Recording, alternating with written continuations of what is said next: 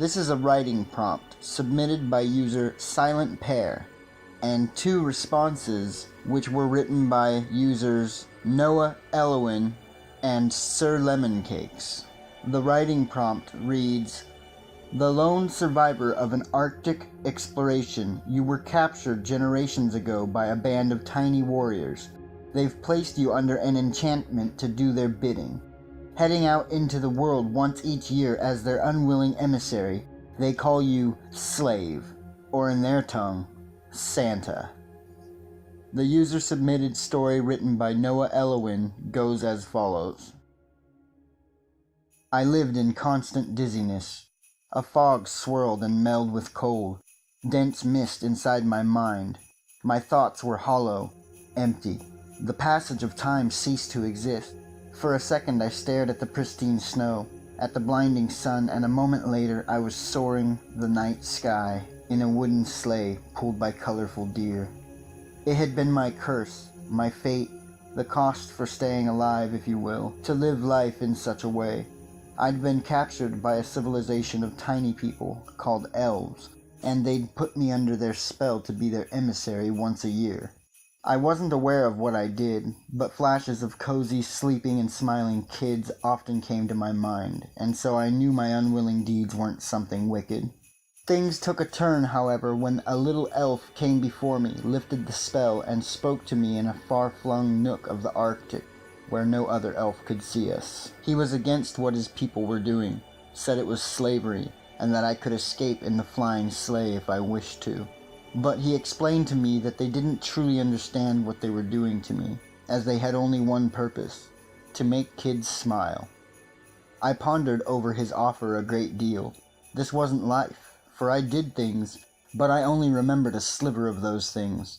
However, at last, after I had went through a whole long list of questions regarding the whole situation, I asked him, "So, do I bring joy to the kids?"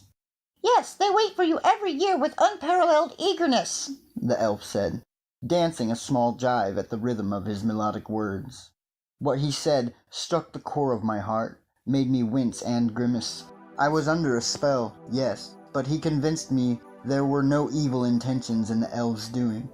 They simply didn't understand, or so I chose to believe, that putting people under a spell was a different sort of torture, but a torture after all. Deep down, despite the years I'd lost, I couldn't feel hatred nor resentment against them. After all, those years I'd lost of my life meant the smiles of kids across the world. It was a small price to pay for such a beautiful thing, one I would pay time and time again. "What if I do it willingly?" I said to the twinkling elf. "Some of your people can come with me in the sleigh and watch over me. Make sure I don't ruin Christmas. And if I do, you can put me under the spell again." "I was hoping you said that," the elf said. "Let's go home and meet the family. They will be joyous to finally be able to call you by your true name." I laughed and waved my hands dismissively. "The kids know me as Santa. They don't understand the meaning the word has in your language, but I would very much like to add my name to it, if that's a possibility." The elf beamed and nodded. "Sure thing. Would you tell me your name?" "It's Nicholas, but people call me Claus."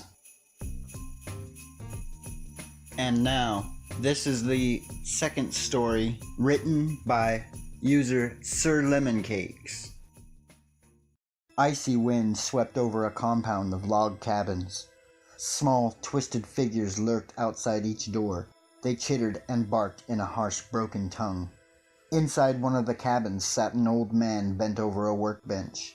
He was expansive, well over 6 feet tall, with a bone-white beard which reached the middle of his broad chest. He toiled away, stitching the leather of a harness. He savored the quiet time, the parts of the year where the twisted elves only beat and starved him. But every day which flew from the calendar, inching him closer to the hated holiday, was like a nail being driven into his skull. Soon he knew he would be forced into the sleigh, and made to work until his bones quaked, until his body screamed for reprieve, until he would rather die than take one more interminable step. He also knew from experience that by that time, he would be roughly a third of the way done. Tomorrow was it. Tomorrow was the day that the elves would load him into the sleigh, and force him to deliver their twisted gifts to all the boys and girls of the world. It would be over in a day. It would last him a lifetime. Time was different on the sleigh. He envied people blessed enough to burn in the fires of hell. He longed for the burden of Atlas or Prometheus. His torture was much more refined and cruel than ever they could imagine. He looked at the sleigh, tears streaming down his face. It was the night before Christmas, and all through the house, none heard his sobbing, not even a mouse.